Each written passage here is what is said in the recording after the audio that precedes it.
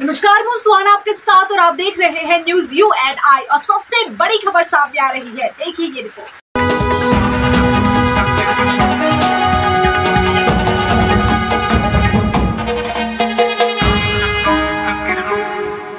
सुकांत मजुमदार ने बांग्ला को शास्त्रीय भाषा के रूप में मान्यता देने के लिए केंद्र सरकार को धन्यवाद दिया। इसके अलावा उन्होंने 2005 से 2013 तक कई बार केंद्रीय मंत्रिमंडल के सदस्य रहने के बारे में एक खुला पत्र लिखकर ममता बनर्जी को चुनौती दी। कभी कभी उनकी पार्टी के मंत्रियों ने भी सक्रिय रूप से भाग लिया। उन्होंने इस बात का भी विरोध किया कि 2018 में उत्तरी दिनाजपुर के इस्लामपुर में राजेश सरकार और तापस बर्मन नामक 2 पूर्व छात्रों की पुलिस ने हत्या कर दी थी। उन्होंने मांग की कि वे स्कूल में अरबी शिक्षक नहीं बल्कि बंगाली शिक्षक चाहते हैं। दूसरे शब्दों में कहे तो जिन 2 छात्रों को बंगाली भाषा के कारण पुलिस ने गोली मार दी थी, उनके शवों का अंतिम संस्कार नहीं किया गया है, बल्कि उनके माता पिता ने उन्हें कब्र में रख दिया है।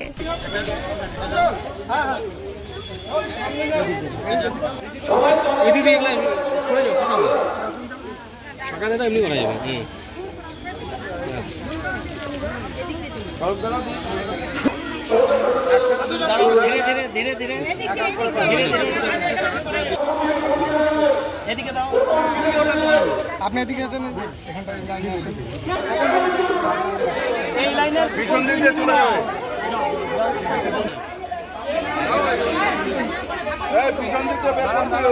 এটা পিছে বেরো তো পিছে দিদিরা লাইন মেইনটেইন করুন। আর বস্ত্র তুলে দিচ্ছেন সকলের হাতে।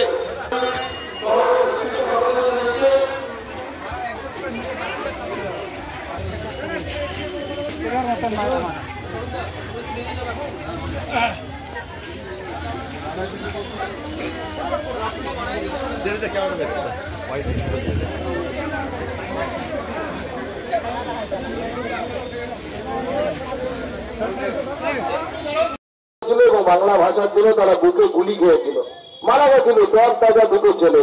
শুধুমাত্র বাংলাতে ভাষা শহীদের সম্মান দেয়, ভাষা শহীদের মর্যাদা এই উত্তরবঙ্গের 2 ছেলে তাপস এবং রাজেশকে দেওয়া হয়।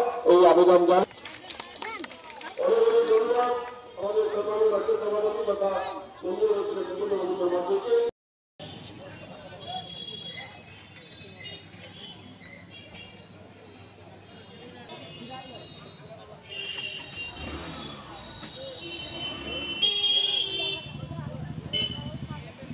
নমস্কার। আপনারা সকলে জানেন যে গতকাল মাননীয় প্রধানমন্ত্রী শ্রী নরেন্দ্র মোদীর নেতৃত্বে কেন্দ্রীয় মন্ত্রিসভা বাংলা ভাষাকে ক্লাসিক্যাল ভাষা অর্থাৎ বাংলা যাকে ধ্রুপদী ভাষা বলে সেই ধ্রুপদী ভাষা হিসেবে স্বীকৃতি দিয়েছে। এই জন্য মাননীয় প্রধানমন্ত্রী এবং তার সব মন্ত্রিসভার সকল সদস্যকে আমরা অত্যন্ত সাধুবাদ জানাই।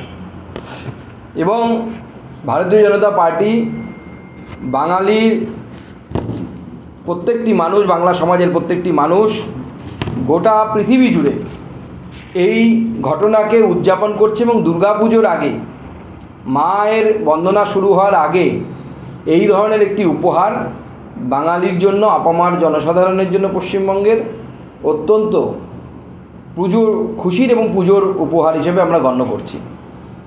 যথারীতি আমাদের মুখ্যমন্ত্রী এই ঘটনার ক্রেডিট নেওয়ার চেষ্টা করছেন এবং তিনি বলছেন উনিই নাকি করেছেন। তাহলে কয়েকটি সত্য আপনাদের সামনে আমি রাখতে চাই এবং তার উত্তর তৃণমূল কংগ্রেস এবং মুখ্যমন্ত্রীর তরফ থেকে আমরা আশা করি। 2004 সালে প্রথম এই ধ্রুপদী ভাষা দেয়া শুরু হয়। কেন্দ্র সরকার 2004 সালে নিশ্চয়ই মনে আছে, মমতা বন্দ্যোপাধ্যায়েরও নিশ্চয়ই মনে আছে, সেই সময় ইউপিএ সরকার ছিল। তো স্বাভাবিকভাবে সেই ইউপিএ সরকার, যার সদস্য 2004 থেকে 2014 মমতা বন্দ্যোপাধ্যায় নিজে ছিলেন এবং 11 সালে তিনি মুখ্যমন্ত্রী হয়ে চলে আসেন, সেই 2004 সালে তামিলকে প্রথম ক্লাসিক্যাল ভাষা হিসাবে কেন্দ্রীয় সরকার অর্থাৎ ইউপিএ সরকার, যে সরকারের সদস্য মমতা বন্দ্যোপাধ্যায় নিজে ছিলেন, তামিলকে ক্লাসিক্যাল ল্যাঙ্গুয়েজ বা ধ্রুপদী ভাষার মর্যাদা দেওয়া হয়। আমাদের প্রশ্ন, 4 সালে মাননীয় মুখ্যমন্ত্রী বাংলার জন্য সরকারের থেকে কি দাবি জানিয়েছিলেন? জানিয়ে থাকলে তার লেটার কোথায়? তার চিঠি কিছু দিয়েছিলেন মন্ত্রী হিসাবে, কেন্দ্রীয় মন্ত্রী হিসাবে? 2005 সালে সংস্কৃত, 2008 সালে তেলুগু এবং কন্নড় ভাষা কেন্দ্রীয় সরকারের দ্বারা নোটিফিকেশন বের করে তাকে ক্লাসিক্যাল ভাষার, এই ভাষাগুলোকে ক্লাসিক্যাল ভাষার মর্যাদা দেওয়া হয়। যে সময়গুলো বলছি ভালো করে লক্ষ্য করবেন, 2008 সালে, 2005 সালে সংস্কৃত, তখন কেন্দ্র সরকারের সদস্য, ইউপিএ সরকারের মন্ত্রী, তার নাম মমতা বন্দ্যোপাধ্যায়, রেলমন্ত্রী সম্ভবত তখন তিনি, আমি যদি খুব ভুল না করে থাকি। 2013 সালে যখন মুখ্যমন্ত্রী মমতা বন্দ্যোপাধ্যায় মুখ্যমন্ত্রী হয়ে গেছেন, কিন্তু কেন্দ্রীয় মন্ত্রিসভায় তার প্রতিনিধিত্ব আছে, ইউপিএতে উনি আছেন। 2013 সালে মালায়ালামকে শাস্ত্রীয় ভাষাকে হিসেবে অর্থাৎ ধ্রুপদী ভাষার তকমা দেওয়া হয় বা ক্লাসিক্যাল ল্যাঙ্গুয়েজের তকমা দেওয়া হয়। মমতা বন্দ্যোপাধ্যায় তখন কিন্তু 2 বছর মুখ্যমন্ত্রী হয়ে গেছে। আমরা প্রশ্ন করতে চাই, 2013 সালে মাননীয় মুখ্যমন্ত্রী মমতা বন্দ্যোপাধ্যায় কি বাংলা ভাষাকে, মালায়ালাম হওয়ার পর বাংলা ভাষাকে ক্লাসিক্যাল ভাষা বা ধ্রুপদী ভাষা হিসেবে স্বীকৃতির জন্য কোনো চিঠি দিয়েছিলেন তৎকালীন প্রধানমন্ত্রীকে? থাকলে পরে সেটা বের করতে বলবেন, দেখাতে বলবেন বাংলার মানুষকে। তখনও তিনি দাবি করেননি। তারপরে 14 সালে উড়িষ্যাকে যখন দেওয়া হয়েছিল উড়িয়া ভাষাকে, তখনও তিনি চুপচাপ ছিলেন, কিচ্ছু করেননি এবং কংগ্রেসের বিশ্বস্ত মিত্র হিসেবে এবং পশ্চিমবঙ্গের মুখ্যমন্ত্রী হিসেবে তিনি থেকেছেন, কংগ্রেসের বিশ্বস্ত মিত্র হিসেবে থেকেছেন, কিন্তু বাংলা ভাষার জন্য কিন্তু তিনি দাবি করেননি। সেখানে এখন তার বাংলা ভাষার প্রতি এই কান্নাকে কুম্ভীরাশ্রু বলে মনে হচ্ছে, কুমিরের কান্না হিসেবে মনে হচ্ছে।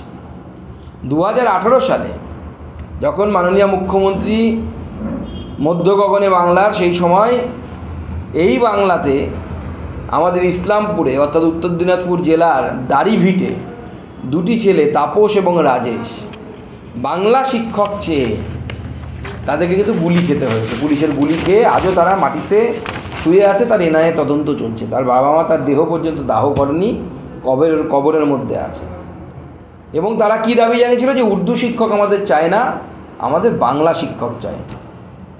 আমি আজ মাননীয় মুখ্যমন্ত্রীকে আমার তরফ থেকে একটি খোলা চিঠি দিচ্ছি এই উপলক্ষে, বাংলা ভাষার এই ক্লাসিক্যাল ল্যাঙ্গুয়েজ হিসেবে স্বীকৃতি পাওয়ার পর, যে তাপস এবং রাজেশকে সরকারিভাবে রাজ্য সরকারের দ্বারা ভাষা শহীদের মর্যাদা দেওয়া হোক। তাপস এবং রাজেশ এই দুজনকেই আমরা ভাষা শহীদের মর্যাদা দেওয়ার জন্য দাবি জানাচ্ছি। আমি কিছুক্ষণের মধ্যেই এই চিঠি, আমার যে চিঠি আমি মাননীয় মুখ্যমন্ত্রীকে লিখেছি, আমি আপনাদেরকে দিয়ে দেব, আপনাদের মিডিয়ার বন্ধুদের সাথে শেয়ার করব। আমরা দেখতে চাই মাননীয় মুখ্যমন্ত্রী বাংলা ভাষার প্রতি কতটা সহানুভূতিশীল, বাঙালির অস্তিত্বের প্রতি কতটা সহানুভূতিশীল।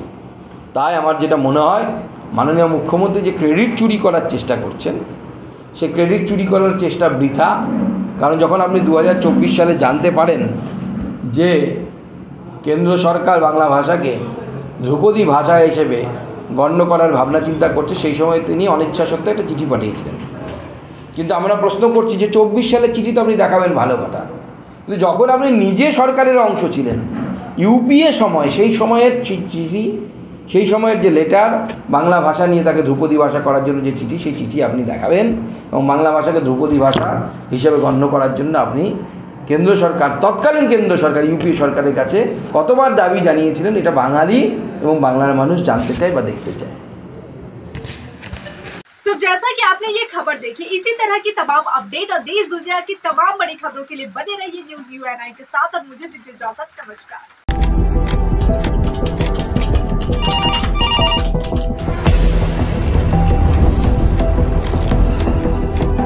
क्या ठीक है, हम लोग अभी आ रहे हैं। राजनीति के राज जनता तक पहुंचाना आसान नहीं है। खबरें के बाजार में बिना तमाशे के सच दिखाना आसान नहीं है, लेकिन अब सब कुछ होगा आसान। हम हैं न्यूज़ UNI। इस दुर्गा पूजा न्यूज़ UNI लेकर आया है बड़ा ऑफर। अब आप चला सकते हैं अपना ऐड, वो भी बिल्कुल free. Jio TV, play on, ई-बाबा, यूट्यूब, फेसबुक, अब आप चला सकते हैं ऐड 1 महीने के साथ 1 महीना, वो भी बिल्कुल फ्री। तो अब देर किस बात की, ऐड के लिए सीधे संपर्क करें हमारे मेल फेसबुक, यूट्यूब कमेंट पर या फिर सीधे हमारे वेबसाइट पर और पाए ये बड़ा ऑफर।